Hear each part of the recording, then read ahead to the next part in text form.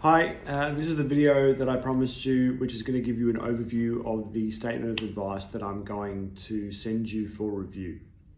So as you know, by the way, this video is intended to be about 7, 8, 9 minutes, depending on how long I talk, and it's designed to give you an overview of what's going to be in the statement of advice for Ryan's trust.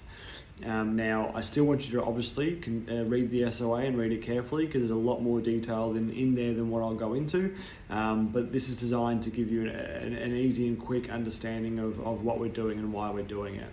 So as we know, we've got two competing objectives on this statement of advice. One is to provide the liquidity and the funds to be able to provide expenses for Ryan from now until he gets access to the trust, and then also trying to maximize the earnings of the trust once those expenses are taken care of.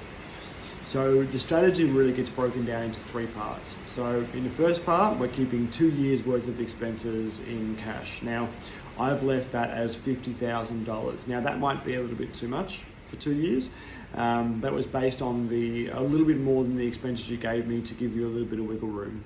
Now, part of this SoA, I want you to review these figures and to make sure that these numbers are appropriate, because what I would like though, for this core first part, is that the 2 years cash flow reserve is there in cash. So if that's 50, if it's 40, you can tell me a little bit better than I can tell you, but I've based it on 50 as part of this conversation. If you adjust it, then obviously all the other investments that we speak about gets adjusted. So 2 years worth of cash flow, $50,000.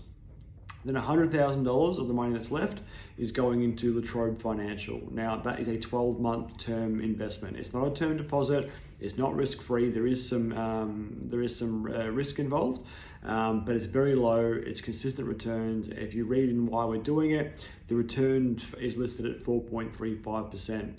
The idea behind this portion of the money is to keep it relatively safe and be able to reassess the equation every 12 months. So the idea would be to keep cash reserves in there to be able to take care of Ryan's expenses, and then we can reassess that $100,000 every 12 months. Do we just roll the whole thing across? Do you need to draw any money out of it to re-top up that 2 years cash reserve?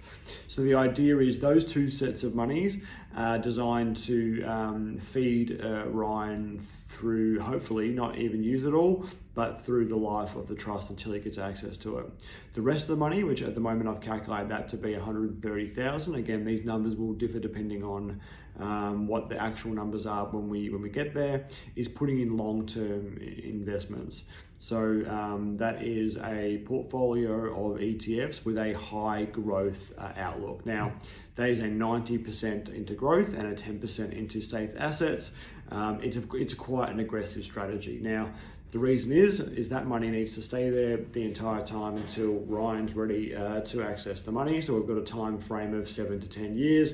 He's got 9. So the idea is we're trying to get maximum growth out of this portion of the money, and we don't touch it throughout the process. So this is the hardest decision to make because it's how growth orientated you want to be. So the difficulty obviously in this part of the money is hopefully it's going to grow more aggressively than anything else that we can do. But being such a high growth asset, if the market corrects, it will correct as well. Now, over a long enough period of time, over the 9 years, it should do its job and it should grow much more effectively than a lower risk strategy. But obviously the key thing here is risk. So when we are exposing it to quite a bit of risk and reward are connected. So the more reward you want, the more risk you have to take.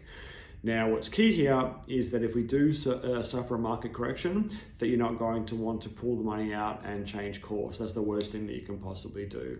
So what's key before proceeding in this particular part is how much of that money's in there and whether or not you can commit to a high growth strategy for these monies. If you can't, then we turn the risk down a little bit and we take a little bit more of less of a growth orientated approach, and we play it a bit safer. But considering, around about half the money is in there, a little bit less, then your whole portfolio, or Ryan's whole portfolio, is not exposed to that level of risk. It's an appropriate amount, I think, to the goal that he's trying to achieve. Now, what I also think is that, Ryan's ongoing expenses aren't going to be as high as 20, 25 grand a year once he finishes school.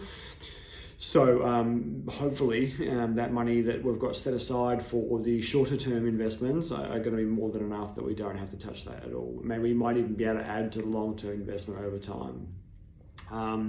The cash reserves will obviously stay in the cash account that you've already got set up for the trust.